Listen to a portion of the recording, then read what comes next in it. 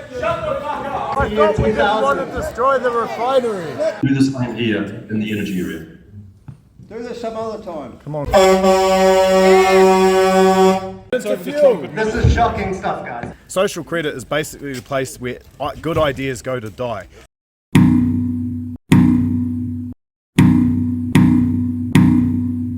Digging at Marsden team is here. Yes, they are. We're about to come up across them right now because, of course, this is our co-papa. We have to have a say in this. We have to know what's going on. We thank the Chris Leach and the Social Credit Party for getting this set up. Yeah, it doesn't mean we're anything to do with the Social Credit Party. Yep, we got to keep on reiterating that so you guys know. Oh, we got Carl Barkley and Hutch in the mini. I'm not Carl Barkley. I'm 4'5". Nice. Making a grand entrance. Love it.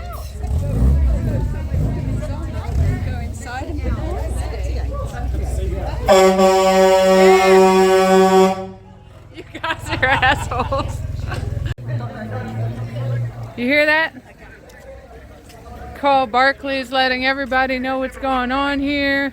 We got signs at the road. We have fellas walking their flags.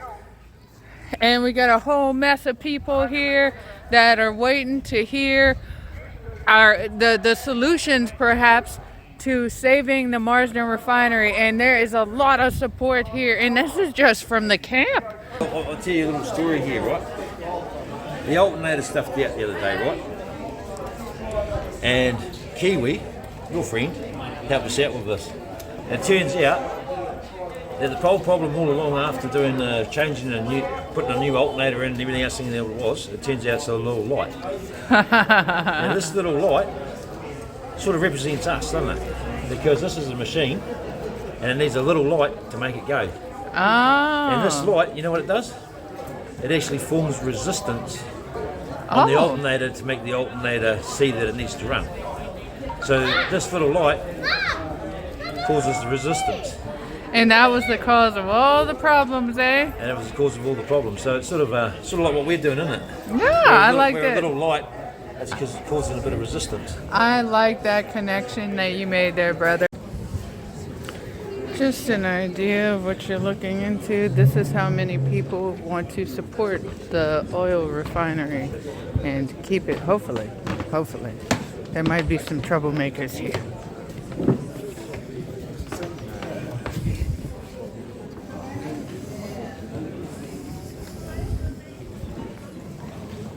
You can definitely see how many of our people are in the crowd.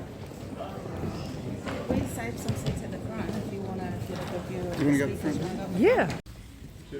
My name is Secretary of Social Credit, and I'll be introducing everyone today as we go through. To have 5 speakers representing the key players. Is that better?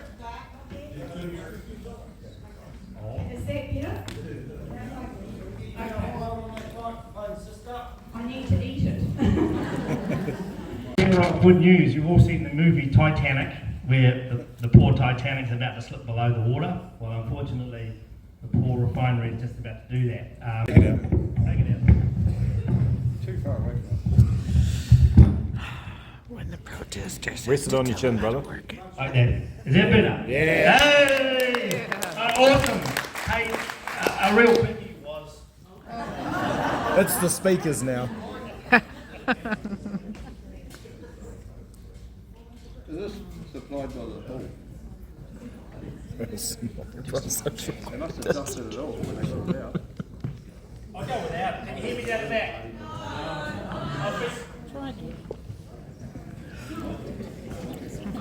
Refineries are coming down on ships with they call MR class ships. They're a certain size ship because they can't all get into New Zealand ports, and what they're relying on is the ships coming down, discharging a lot of cargo into Marsden Point or even Tauranga before they can go into like the Timaru and Nelson.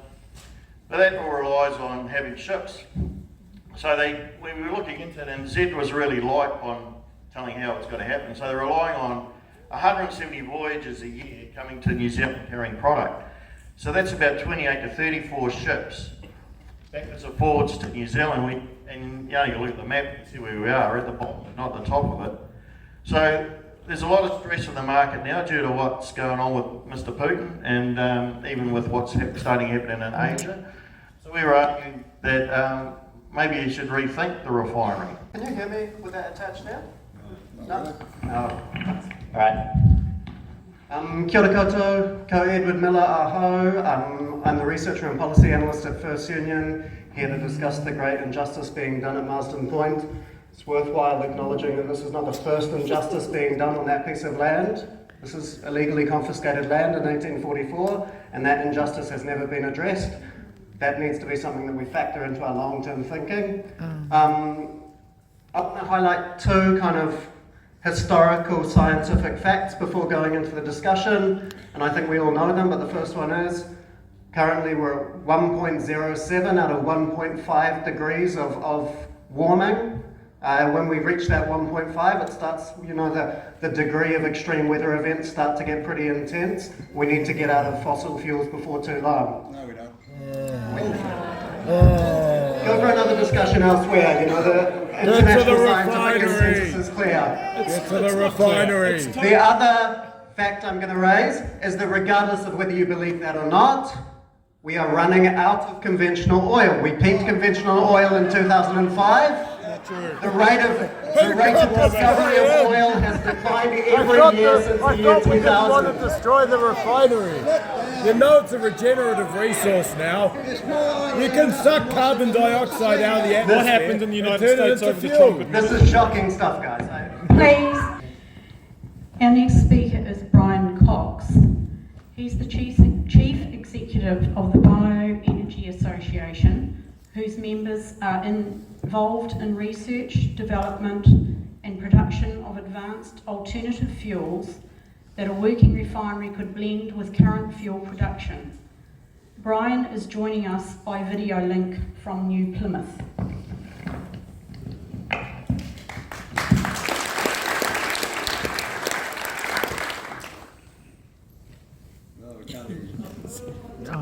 Unmute. Boomers. Tell him to unmute his mic. This is why I don't like boomers do things like this. Sorry. He's acting like one. So let's get a good on the end, shall we? Turn up the gauge. You got this, bro.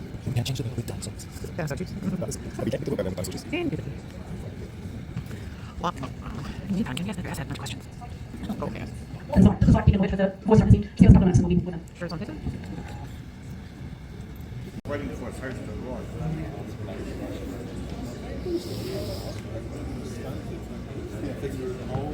Oh, yeah. I expected to see a computer and a USB cable or something, but it's more complicated. Are you for real? Yeah, it's just like sort of sound mixing deck. Oh, Above my pay grade. Oh.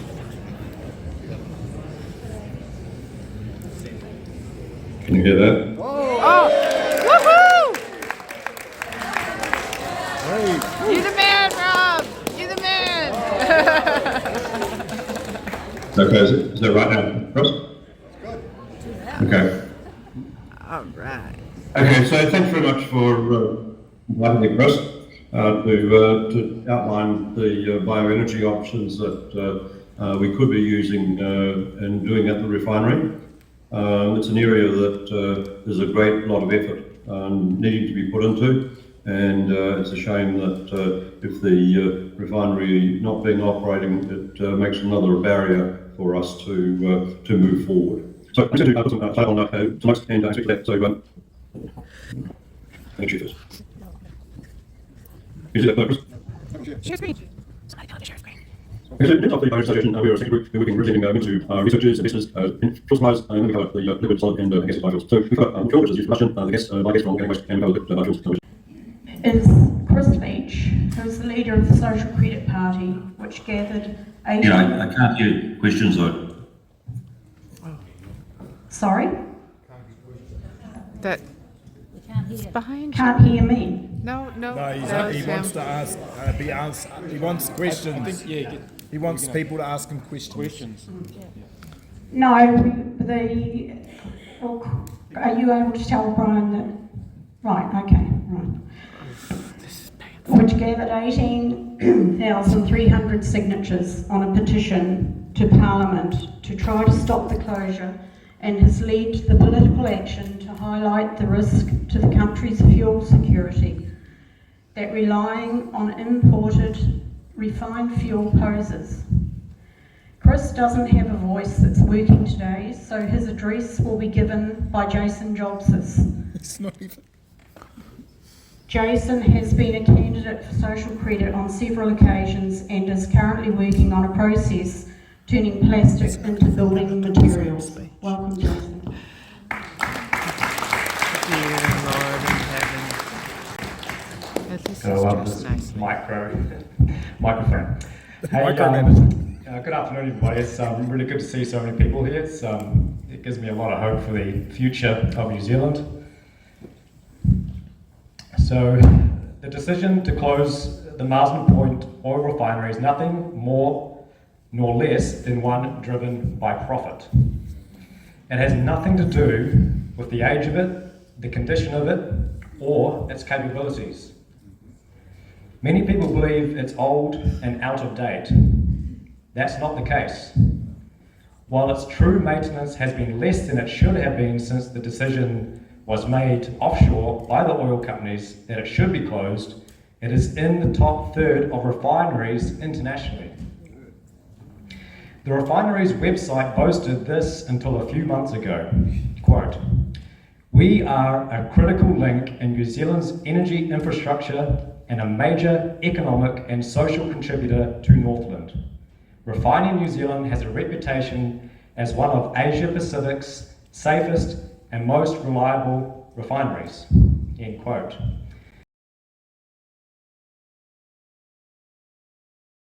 I put it to you, Ed, that your proposal of climate change and peak oil is why we are in the mess we are right now.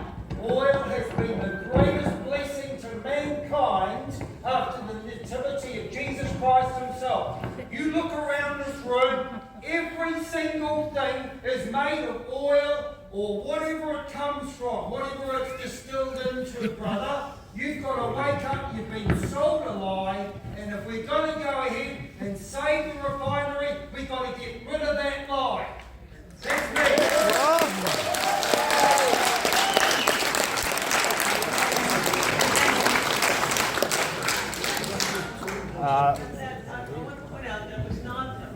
Yes, I know. We know how to ask questions.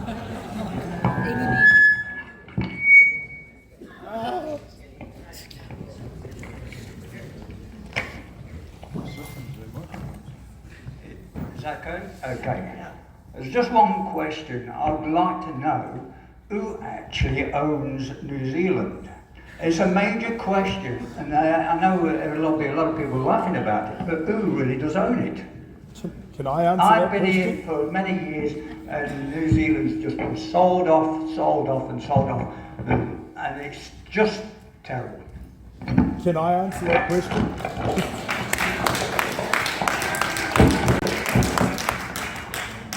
I'll use my voice.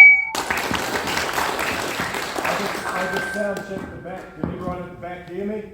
All good? Cool. First, I'll answer your question. Nobody owns the land of New Zealand. They own titles. Okay? If you dig into that, you'll open up a whole can of worms. Jason, is it really feasible for a corporate state locked into contracts to use the Reserve Bank to print its own credit? Or does it have to borrow from foreign lenders?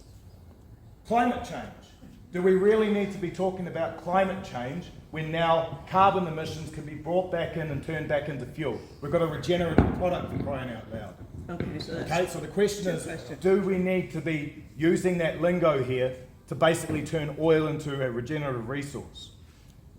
Okay. Sorry, what was your... Aaron. Is the refinery, have the management and the CEOs of the refinery Been trying to close it since 2010 and peaking in 2013. And is this a way to turn this resource back into scarcity? Because now we know it's in abundance because we can turn all the waste products back into resources that we all purchase. Okay, Brett, look, thank you. You guys got your questions? Let's hear your answers.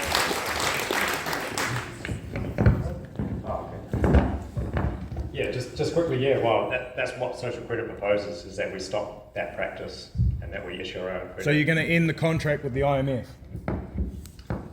It could be a slow process, but we will do anything we can to bring the production of our currency in our control. Cool. Based on gold? Based on tangible value? Can I ask you? We got another answer coming. Can I ask you please to exercise a little bit of courtesy with regard to Jason, because We love as Jason. you know, he has been reading a speech that Chris wrote for him. You can see plainly Chris is over there with no voice and Jason is over here, so you know. Looking forward to your speeches, brother. Yeah. Okay. Right. So your question is, do we need to be talking about climate change when we can reverse climate change through specific processes? Do we need to talk about carbon emissions? Do we need to talk about carbon emissions when now we've turned this resource into a regenerative resource? Can we not just talk about the solution as it relates to oil? I mean, I think it makes sense to talk about carbon emissions in this discussion because it's been such a major driver of the discussion. The reason the government loves this so much is now they've got somewhere between 2.5 million and 4.2 million tonnes of emissions off their books. Right. Those emissions have not disappeared. Those emissions are on another country's books. And that's the discussion that I've been trying to have here. I'm saying that closing the refinery doesn't do shit to our emissions in this country. In fact, it increases our emissions. Closing the refinery outsources those emissions to other countries across the world. Mic drop. I like this guy. Okay, We seem to be focusing on a lot of this biofuel and what we can do, and it's a small percentage we can do this and we can do that. But right now, the major thing that we need to be doing is we all need to stop this shit happening right now. And we need to get that catalyst back in there, and we need to tell the government we're not going to put up with their bullshit, and we need our fuel, because without our fuel you can talk about all the stuff what you're going to do, but without fuel we're going to have riots, we're going to have people out on the streets looking for food, and it's going to turn to shit. And you can talk about your biofuel, their percentages and everything else you're going to have in it, and it's going to be diddly shit. Right now we need to get that sorted, so then we can talk about afterwards of what we can do with biofuel.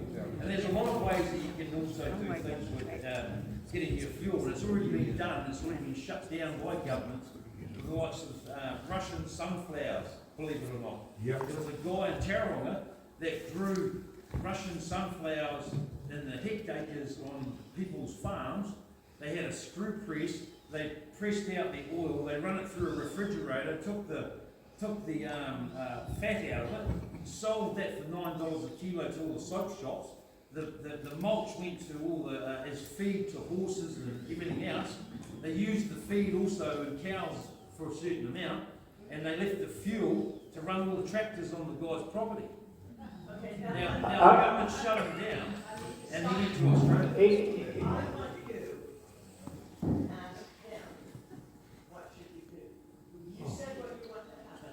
You need the microphone. Hold on. There's 120 MPs in this country. You guys can solve this.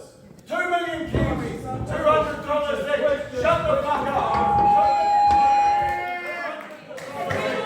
Solve this refinery. All you do is hurry, don't do it. Find solutions, otherwise you lose your refinery. Please. Wow. Brad knows how to make a good exit, bro. Right, we have a question up front there. Alright, a question. Genuine question coming up. Kia ora, I hope everyone can hear me properly. This is a little bit off off topic, but it is a question and I would really like to know the answer to it. I'm just wondering, addressing the elephant in the room, who within the party is responsible for sound and what other decision-making responsibilities do they have?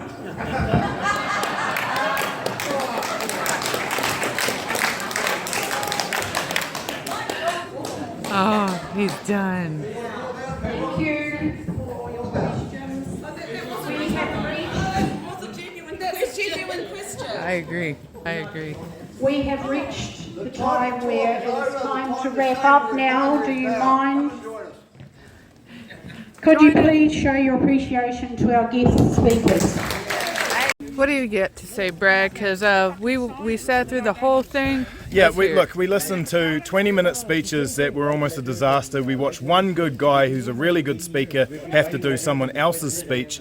We had a whole bunch of fucking issues. We had some dude going on about climate change. I mean, social credit is basically the place where good ideas go to die. Now, there were people in the audience that had a lot of good things to say. I don't give a shit if they didn't have questions to ask. They've got something to get off their chest because they've felt like for years that they've been sitting in a fucking cage. This country's been way too much hooey, not enough doey. If people have something to say, let them say it. Let people hear it. Because obviously the people that stand on the stage just make people go to sleep. And if we're making people go to sleep, we're not fucking doing things to save our children's future. And I don't give a fuck what anyone says to me about that. Boom.